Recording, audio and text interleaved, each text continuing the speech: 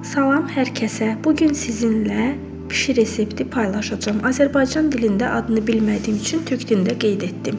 Kommentlərdə yazsanız çox sevinərəm. Bunun üçün qaba əvvəlcə 1 stəkan qatıq, 1 ədəd yumurta əlavə etdim, yaxşıca qarışdırdım. Daha sonra 2 xörək qaşığı duru yağ, qabartma tozu, azca duz əlavə etdim. Bunun 1 stəkanını əlavə etdikdən sonra digər stəkanı yavaş-yavaş əlavə edirəm. Belə yumşaq xəmir alındı. Xəmirimizi 15 dəqiqə gözlətdikdən sonra 2 hissəyə ayırıram. Kündənin birini kənara qoyuram, digərini isə açıram. Stəkanla belə forma verirəm. Tavaya duru yağ əlavə etdim, yaxşıca qızdırdım və pişiləri qızartmağa başlayıram. Tavada yağı yaxşı qızdırın ki, pişilər qabarsın.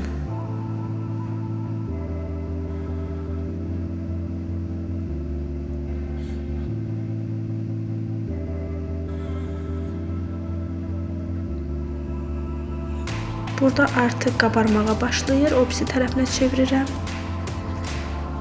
O birisi tərəfində qızartdıqdan sonra üzərinə şəkər kirşanı əlavə elədim. Hazırlayacaq olan hər kəsə nuş olsun.